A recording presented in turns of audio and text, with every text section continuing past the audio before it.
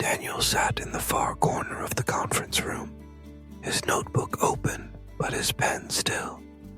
The morning meeting buzzed with conversation, people tossing ideas across the table as if it were a game they all knew how to play. Daniel knew the rules, too, at least in theory.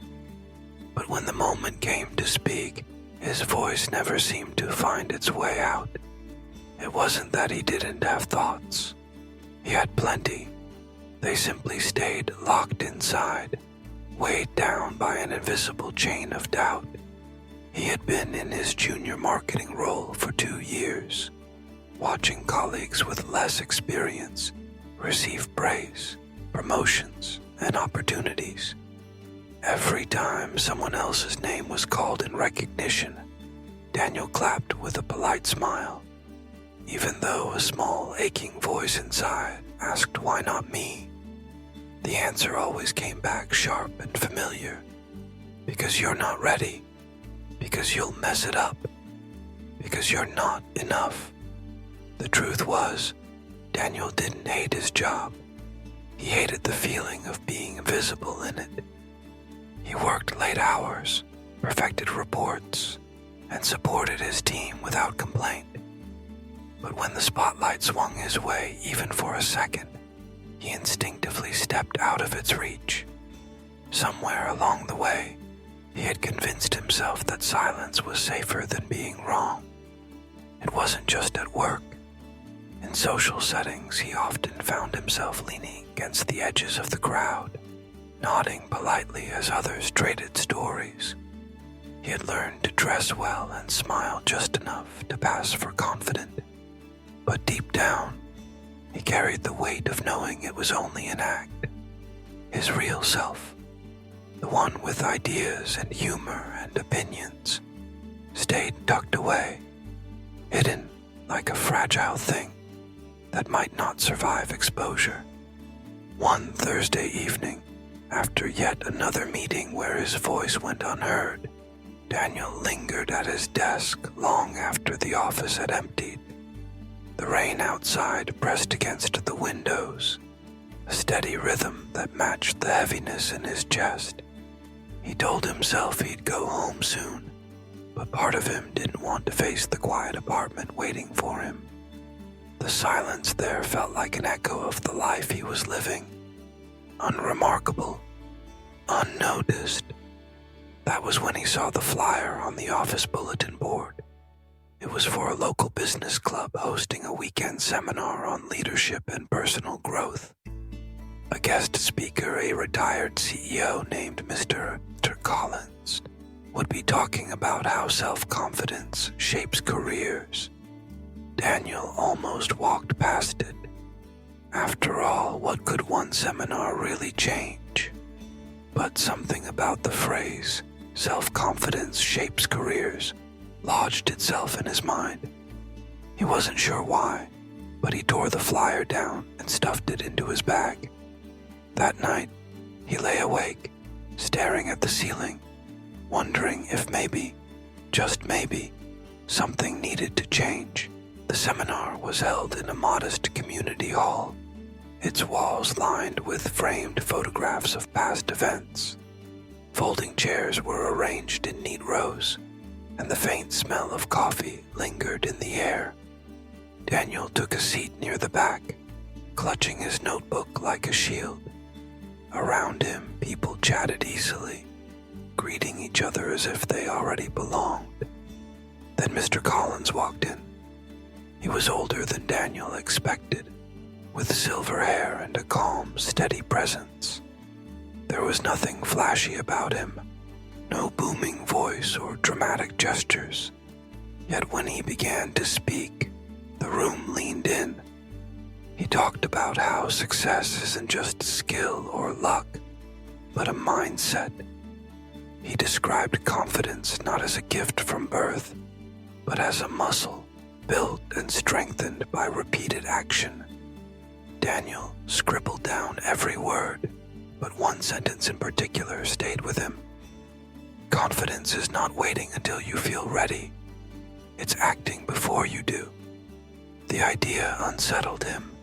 He had spent his whole life waiting to feel ready, and here was someone telling him that readiness was a myth.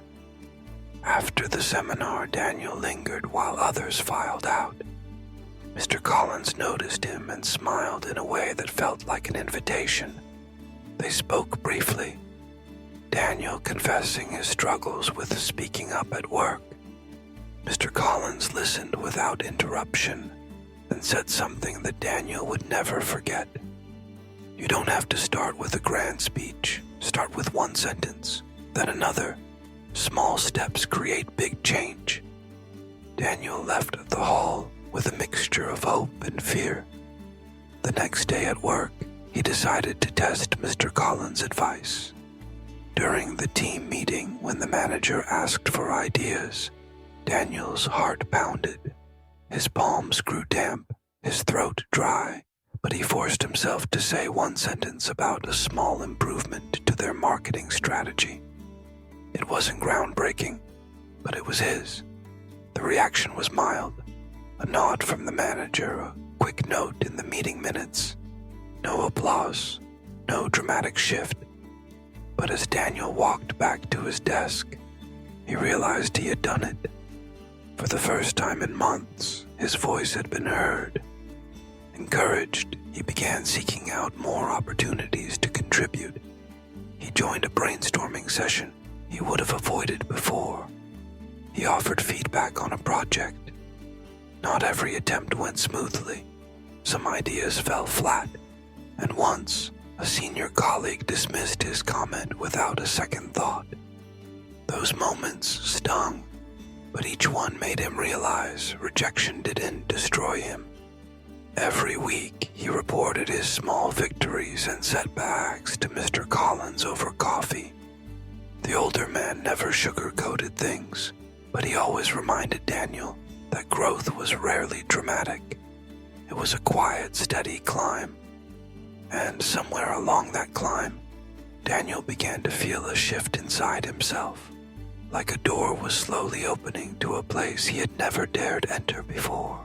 The email arrived on a gray Monday morning. Daniel's manager had forwarded it to him with a short message. You'd be perfect for this. The company's board was meeting in 2 weeks, and they needed someone to present a proposal for a new digital marketing campaign. It was an opportunity that could define his career. For a moment, Daniel simply stared at the screen. His first instinct was to find an excuse. Too busy, not experienced enough. Someone else could do it better. But the voice of Mr. Collins echoed in his mind. Confidence is acting before you feel ready. He typed back a simple reply. I'll do it. The days that followed were a blur of preparation. Daniel stayed late to refine the proposal, rehearsed in empty meeting rooms, and practiced speaking without staring at his notes. The first few run-throughs were clumsy, his voice uncertain, but with each repetition, the words began to flow more naturally, his posture straighter, his tone stronger. On the morning of the presentation, he arrived early, the city still waking outside the tall office windows.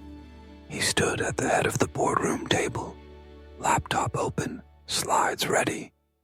When the board members filed in, their presence filled the room with a weight that once would have crushed him. Now, he felt something different, a quiet steadiness that came from knowing he had done the work. He began speaking, not rushing, letting each idea land. He explained the strategy, the numbers, and the vision for the campaign. At one point, a board member interrupted with a sharp question. Months ago, that might have thrown him off completely. This time, he took a breath, answered directly, and moved on without losing his rhythm. By the end, there was a pause, just a few seconds, but long enough for Daniel's heart to pound in his ears. Then came nods, murmurs of agreement, and finally a smile from the company's CEO. The proposal was approved on the spot. Later that afternoon, his manager called him into her office. She congratulated him, not just for the presentation, but for the way he had stepped up over the past few months. Then she offered him a promotion, one that came with more responsibility, but also more visibility. As Daniel walked home that evening, the city lights flickering against the night sky, he thought about how different he felt from the man who once hid in the back of the room. The promotion was a victory, yes, but the real triumph was something quieter. He had proven to himself that confidence was not a trait you waited to feel. It was something you built, moment by moment, choice by choice. And somewhere deep down, he knew this was only the beginning. Sometimes the gap between who we are and who we want to be is not as wide as it feels. It's a bridge made of small steps, moments when we choose to speak instead of staying silent, to try instead of holding back. Daniel's journey reminds us that self-confidence is not a destination, but a practice, built quietly in the shadows until it stands strong in the light. If you've been waiting to feel ready, remember that readiness often comes after the leap, not before it. Start now, and you might just meet the version of yourself you've been waiting for. If this story moved you, share it with someone who needs to hear it. Leave your thoughts in the comments and subscribe for more stories that inspire change.